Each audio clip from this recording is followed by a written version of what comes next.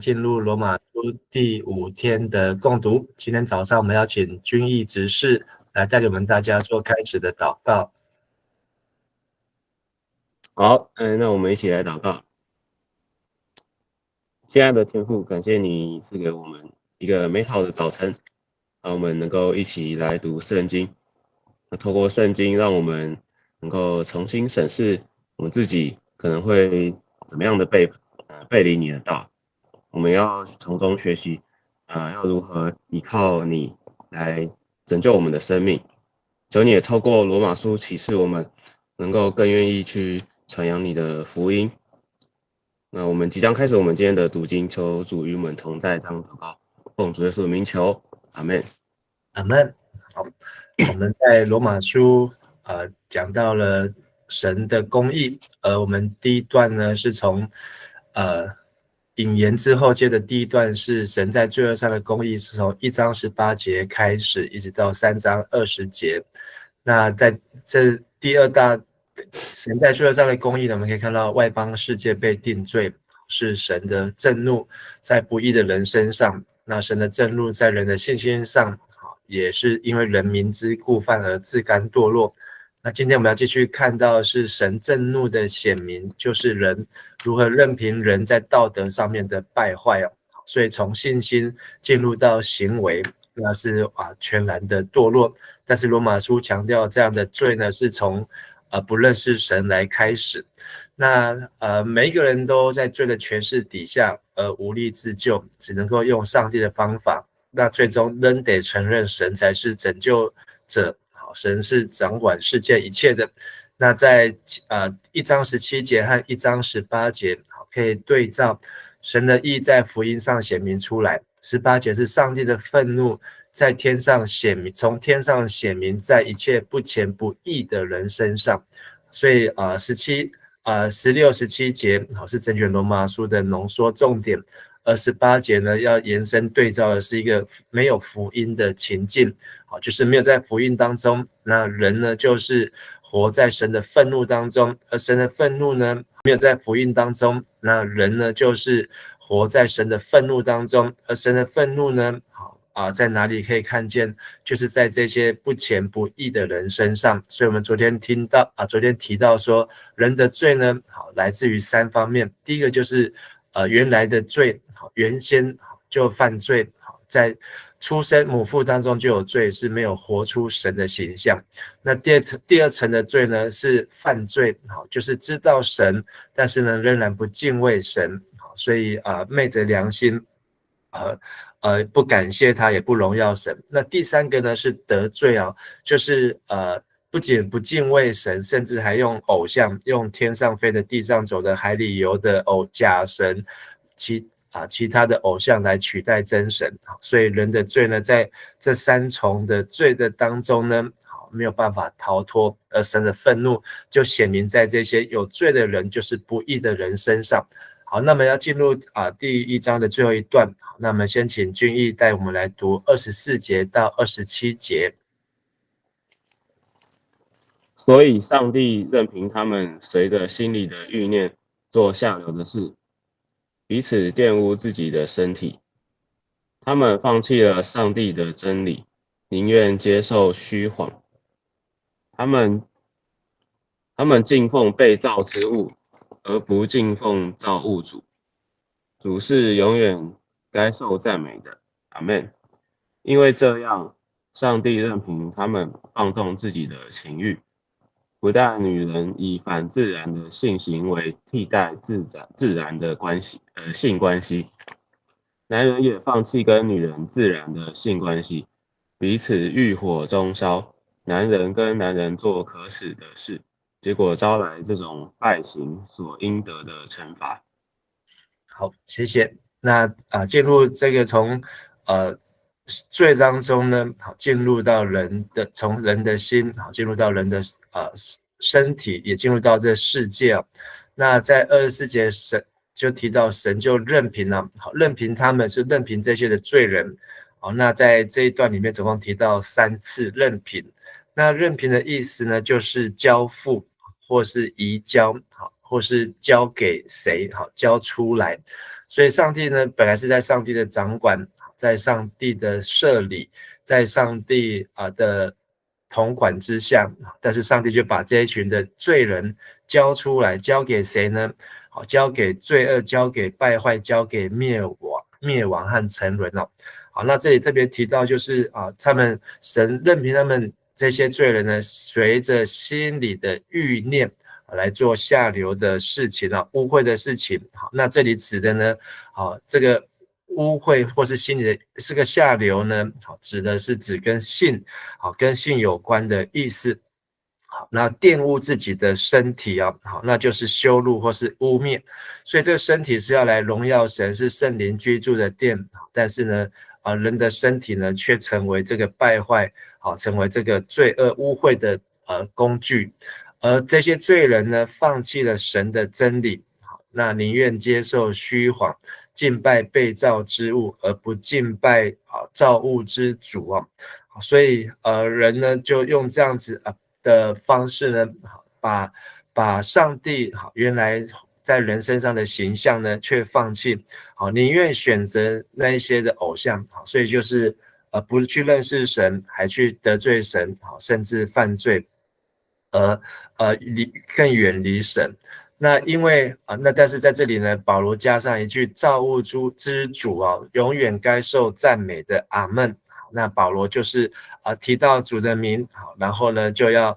称颂主。好，那这也虽然不是整卷书当中都有，但是在过去当中他们会为了怕去这个妄称耶和华的名，或是怕去污蔑神的名，所以要特别的强调，他不是在羞辱神，他是要赞美神。但是呢，在这一段当中呢，保罗提出了很多的罪，以至于他要先对神坚定他的信心。26节，也因为这样，神就任凭这些罪人放纵自己的情欲好，那这情欲呢，就是指强烈的渴望，激情或是肉体上的情欲。好，那这后面有更进一步的说，不但女人以反自然的性行为替代自然的性关系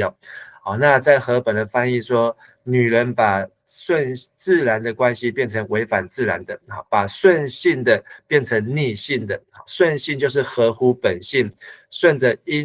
造物者设定的秩序，就是男女有别，男女大不同，这是神造男造女的一个本意和本性。但是呢，女人呢，却把这种自然的关系变成反自然的关系，就逆性的，就是违反造物者所定的秩序。那男人的27节也放弃跟女人自然的性关系，彼此欲火中烧，男人跟男人做可耻的事，结果招来这种败行所应得的惩罚。好，那在这现代中译本把它翻得非常的清楚和明白。好，那男也是彼此的贪恋，行可耻的事情，甚至呢就在自己的身上受到这种逆性行为当得的报应好，那所以这一段呢，很明显的并不是在讲心理的状态，而是讲人身体的功用。而这个人身体的功用呢，就是发生在这个肉体上面，特别是性别上面，特别在这个最亲密的关系上面呢，都失去了跟上帝应该给人应该享受的这种亲密关系。所以在这一段当中，让我们看到人从这个信仰宗教上面的淫乱呢，就变成肉体的淫乱，而这肉体的淫乱呢，连整个身体性别都导致混乱，所以神就任凭他们。任凭就是上帝在所多玛俄摩拉的时代，我们读了创世纪，看到罗德那个时期，那上帝呢，那听闻这个城有这样的事情，那上帝还要去管教去刑罚，那但是也救出了罗德。但是到了罗马书，到了保罗在写罗马书的时候，这些事情那就是指同性行为的事情呢，那依然有。所以这同性性行为并不是只有发生在我们当代，在罗马时代就有，在创世纪的时代就有。那神呢就不再像创世纪的所多玛、俄摩拉，而是神就任凭。所以这种淫乱呢延伸到社会当中。那上帝的旨意呢，就是把这种同性性行为当成是信仰堕落之后的罪恶的表现呢。所以今天当教会基督教在讨论同性恋的时候，我们要很小心。那同性恋和同性的性行为两个是很不同。同性恋是指心理的状态，那但是同性的性行为呢，就是在身体上的状态。那特别在罗马书这段讲到的是性行为哦。好，那这是一种上帝任凭、上帝交付，就是把他们交出来，上帝把他们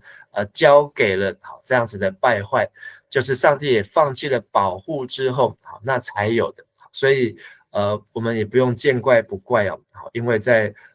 罗马书的时代就已经有这样子的议题，而保罗在罗马书的在罗马教会或是在罗马帝国的世界中心，保罗开宗明义在第1章就直接点出这样的问题。好，那我们之前在讲提摩太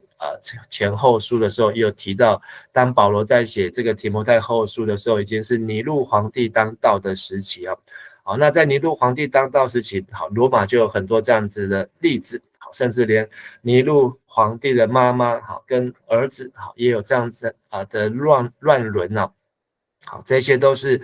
可耻的事情。好，接下来保罗提到了21种这种道德上的败坏我们接着再请君义带们来读。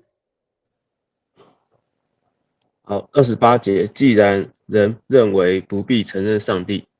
上帝就任凭他们存着败坏的心，做那些不该做的事。他们充满着各样的不义、邪恶、贪婪、恶毒，也充满着嫉妒、凶杀、争斗、诡诈和阴谋。他们造谣，彼此毁谤。他们憎恨上帝，互相侮辱、傲慢、自夸，惹是生非，不孝顺父母，丧尽天良，言而无信，没有爱心，没有同情心。他们知道按照上帝的命令，凡做这种事的人是该死的。可是他们不但自己这样做，也赞同别人这样做。好，谢谢。好，那这里出现第3个任凭好，那所以人呢，认为他们不必承认上帝，就是故意不认识神。所以他们这个罪呢，已经来到了这个第3个层级。第2个层级就是知道神却不荣耀神，也不感谢神，思想就变为虚妄那神故意不认识神，那神就任凭他们存着败坏的心，所以从这个灵里面的败坏变成心里面的败坏，而心里面的败坏呢，变成身体上、行为上、道德上的败坏，做这些不该做的事情。那这不该做的事情呢，就是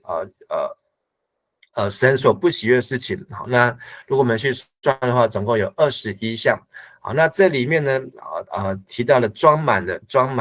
就是充满了。所以说这些败坏事情呢，不是只有做1次2次，而是做到已经满出来。好，所以不论是这些的我念和本不义、邪恶、贪婪、恶毒、满心嫉妒、凶杀、纷争、诡诈、毒恨、毁谤、说人坏话、怨恨神、侮辱人、狂傲的、自夸的、制造是非的、忤逆父母的、顽梗不化的、言而无信的、无情无义的、不怜悯人的。好，那这里总共列出了21项。好，这些事情呢，都是他们明明知道32节，他们知道上帝不让人做这样的事情。所以上帝在人的心里面呢，都有一把尺，都有一个良心，都不应该去要做这样的事情。所以这是保罗在罗马书很清楚提到，但是他们却故意去违背上帝的命令去做，违反上帝的命令去做，做这个事情呢是该死的。那这个死呢，这里指的是受上帝的惩罚，最终的审判是当死的。那这些死是像旧约一样，就是违反了神的诫命、神的律例，就是要受罚，要受死。好，那这是罗马书好第一次提到死这个字。好，但是呢，这个死呢，好，在第5章到第8章呢，好，保罗会花很长的篇幅来讨论什么叫做死啊。好，所以这些死都是跟这些罪有关。好，所以我们讲到了这个罪好产生的死好产生的邪灵好在人的身上，在世界上来控制人的这个生活和思想。那这些罪人呢，神的愤怒在这些不义的人身上显明呢，就是这些不义的人不但自己这样做，他们还去假后道酒保，他们还像在传福音一样，还赞同别人这样做，就是去鼓励别人，喜欢别人，从心里面认同别人，就是好像要死一起死这样。好，所以这是在罗马书让我们看到保罗他在写罗马书的时候呢，他宣称这些犯罪人都知道造物者的律例，他们都知道上帝什么是可以，什么不可以，因为上帝的话很清楚，甚至在这个上帝的旧约当中，那清清楚楚的来指出来，甚至在保罗写罗马书的时候，耶稣也已经来过世上，还教导了登山宝训，那圣灵也已经降临，那在教会当中，那也是因着这个圣灵降临教会开始。但是呢，犯罪的人仍然知道造物者的律例，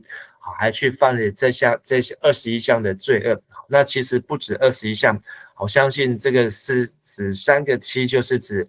3层的罪，那就是从原罪得罪到犯罪，犯罪到得罪都一样，就是在这些罪上呢去远离神，但是他们选择对抗上帝所设定的秩序，从自己肉体的情欲，这个终极的败坏呢，就是在这个身体上，上帝所造的这个性别上呢，来得罪神，用自己的身体完全的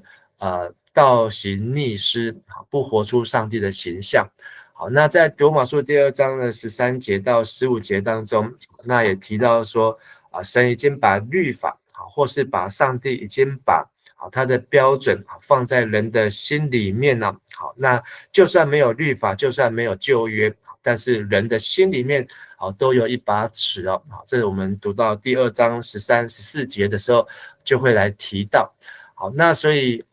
当保罗写罗马书的时候呢，是在哥林多城。好，那哥林多城，我们读哥林多前后书就可以知道，这个城也是一个大有问题的城哦，是罗马帝国的第4大城哦。但是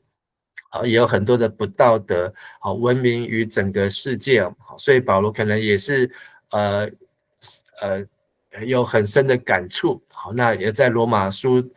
的一开头当中，也再次提到这些的罪恶败坏的事情，怎么样来不能够荣耀神，怎么样让福音就没有办法显明出来，而是只有显明出神的愤怒哦。好，所以今天这一段呢，24到32节，就是上帝的愤怒不仅显明在不义的人身上，还显明在人的心上，也显明在人的道德上、行为上和身体上啊。好，所以让我们可以思想，就是当人的罪还没有满到一个程度的时候呢，其实罪人还很享受罪中的生活。好，就如同最后32节所说的，知道神判定做这样的事是该死的，但不但自己还去做，还赞同别人去做，因为他觉得上帝的管教呢只是到此为止。好，那他觉得他还宁愿选择继续犯罪，享受罪中生活，但是他不害怕上帝的管教，却不晓得上帝的愤怒呢是越来越重，越来越重。就好像呢，这个犹大国犯罪的时候呢，得罪神的时候，上帝呢就派亚兰国来管教。亚兰国管教不听的时候呢，上帝就派埃及，就派亚述来管教。那目的呢，就是要他们知道回心转意应该要寻求神。但是我们读历代志下28章读到这个西西家王的父亲亚哈斯，他在急难的时候，上帝都已经来管教了，他不知道要 U-turn 要悔改，好，要180度的转弯，反而越发得罪耶和华，他越去依靠神明，好，越去呢依靠偶像，越去依靠外国的势力啊，好，就让这个上帝的愤怒再加一笔，再加一笔，好，那上帝的这个管教的手呢，下的力道和力气就越来越重了，好，所以不，上帝善有善报，恶有恶报，不是不报，时候未到。好，那这句话呢，非常的符合贴切圣经的原则哦，就是上帝总会有他的公正的审判，而且呢，即便今天没有审判，不代表上帝永远不会审判，而只是上帝不愿一人沉沦，乃愿人人都悔改哦。所以上帝他还在忍耐，但是我们也看到罪人当道，好，这个罪人纵横，好，畅行无阻，好，是因为上帝就任凭他们，把他们交出来，把他们交给这些的罪恶和败坏，好，让他们罪贯满盈的时候呢，好，那上帝的毁灭就会让他们好像突然临到，好，而那时候他们连悔改机会都没有。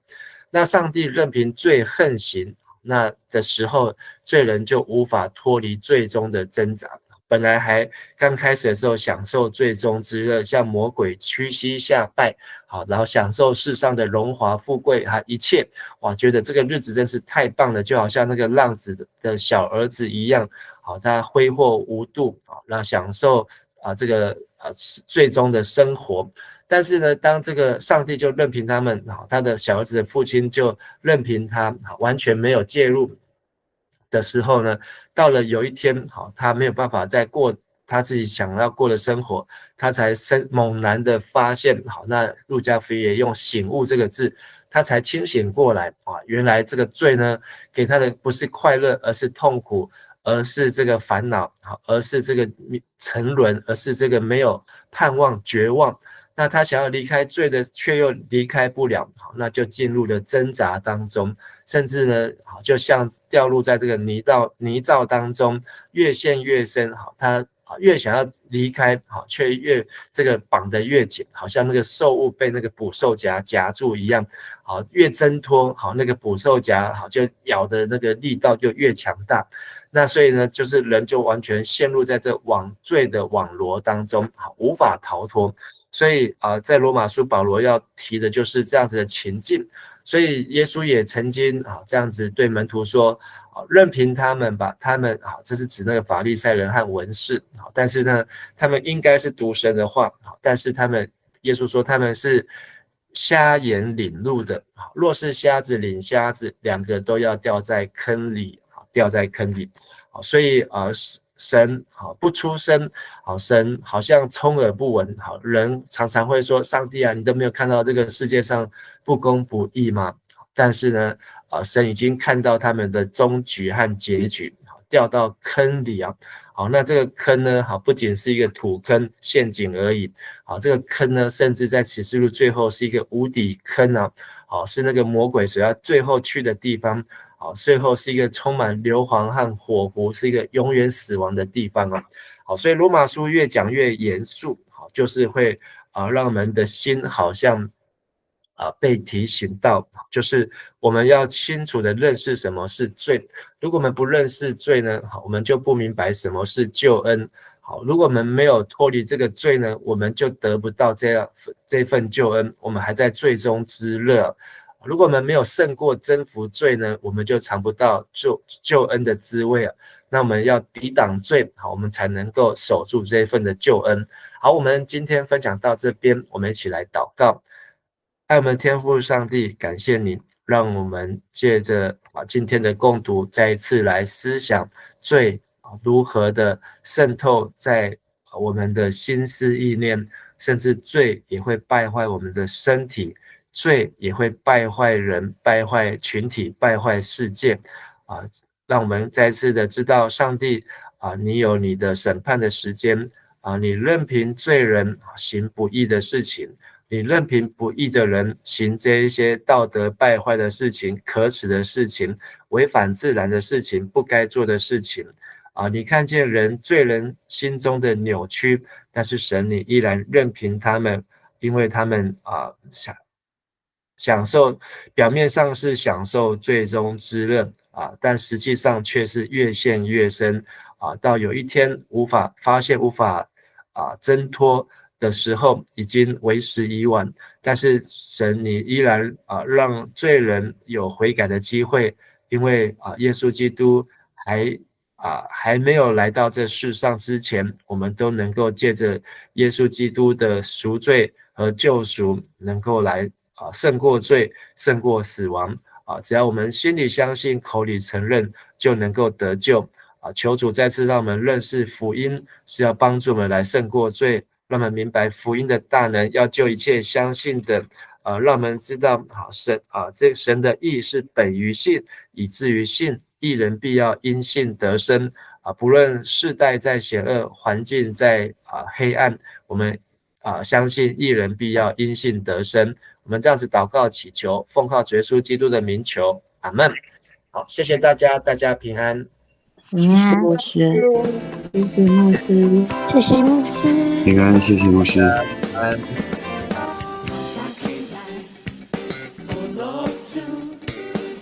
早起来，